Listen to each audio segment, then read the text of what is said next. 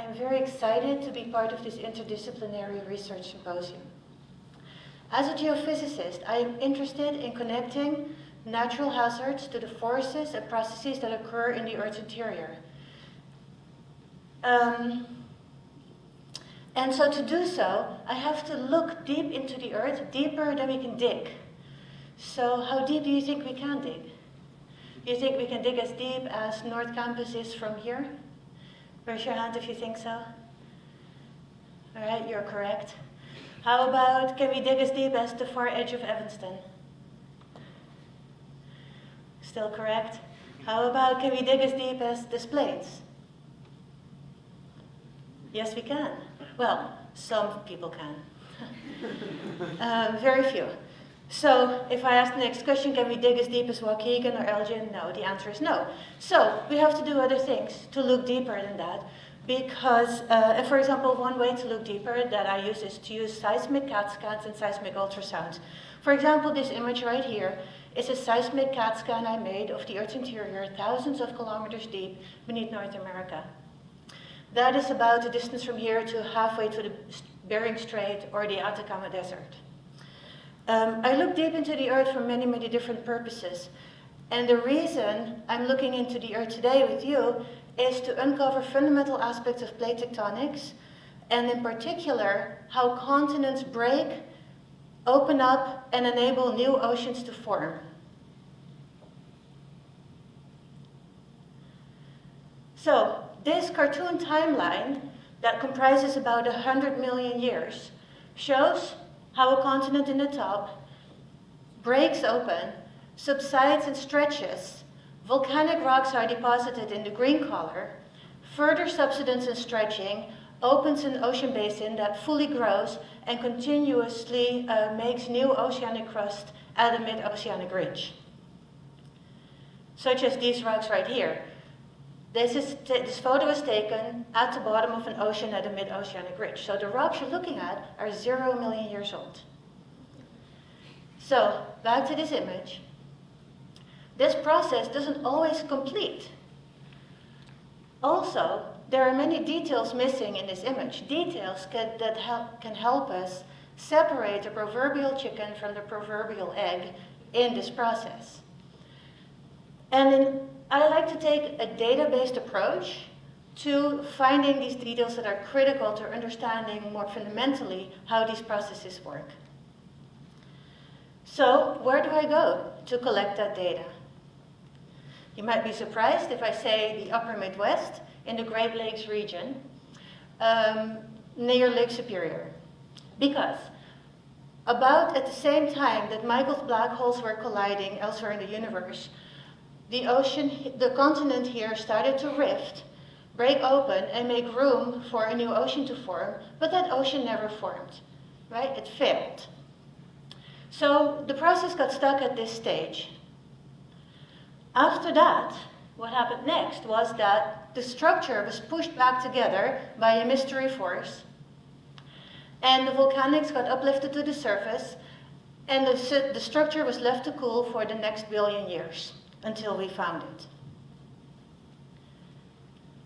So, zooming in on that structure, in the black circle are the volcanic rocks that are also covered by a thin veneer of sediments. So you can't see them, except in a couple of places where they outcrop. For example, over here on the northern shore of Lake Superior. So the black rocks that you see in this image are very similar to the black rocks I showed you earlier at the bottom of an ocean. Back to this image, as you might remember, these volcanics in the black circle were also uplifted. So they're close to the surface, and as volcanic rocks that came from deep in the mantle, they're also much denser than the surrounding crustal rocks. So locally, they increase the Earth's gravitational pull. We can map that pull. Hopefully you recognize the area, Lake Superior and Lake Michigan. The red trend in this graph illustrates the locations where the Earth's gravitational pull was increased because of the volcanic rocks directly beneath the sediments at the surface. So if you're from here, it's no wonder that you weigh more at home than you do here. So how do we then measure what is down there beneath the surface where we measure these gravity anomalies? So we need devices with which we can record seismic waves from worldwide earthquakes. These devices are called seismometers or seismic stations. And we place these strategically in this area, right? So the structure that we're studying is called the mid-continent rift, right? Because it was an incipient rift and it was in the mid-continent. It didn't evolve into an ocean. So we see a frozen process that was left relatively unchanged, although it cooled, for 1 billion years.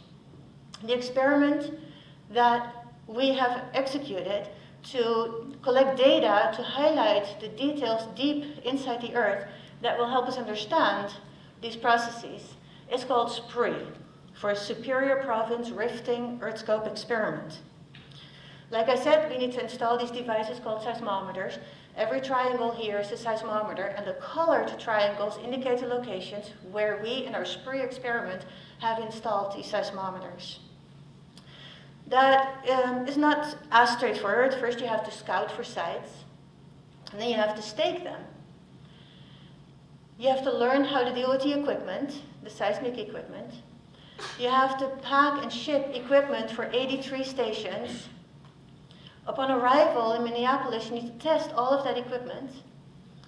We have to build wooden frames for the solar panels that are going to power these stations. We have to dig holes to bury the seismometers in. And we have to fence off the area to protect against wildlife. Now here's an example of wildlife that we encountered. And this is another station. Every station needs to be as remote as possible. We also need to check regularly on our stations, or in other words, every 6 months, not just to check up and fix things, but also to collect the data that are recorded on buried hard disks. Just like Paul needs to periodically take his telescope down to get the data off of it. This is yet another station in another season. We typically avoid checking our stations in the winter, but sometimes snow can happen in April or May, such as what happened to these 2 graduate students, or this 1 graduate student. This is April in Wisconsin. And usually April is the sweet spot between snow season and tick season. So you want to go in April, believe me. But in the field, as in on-campus research, perseverance is critical. So we collected a lot of data, and this is one particular data set that we processed. What you're looking at here is scattered seismic waves for 2 stations. The one on the left is for a station that is far away from the rift.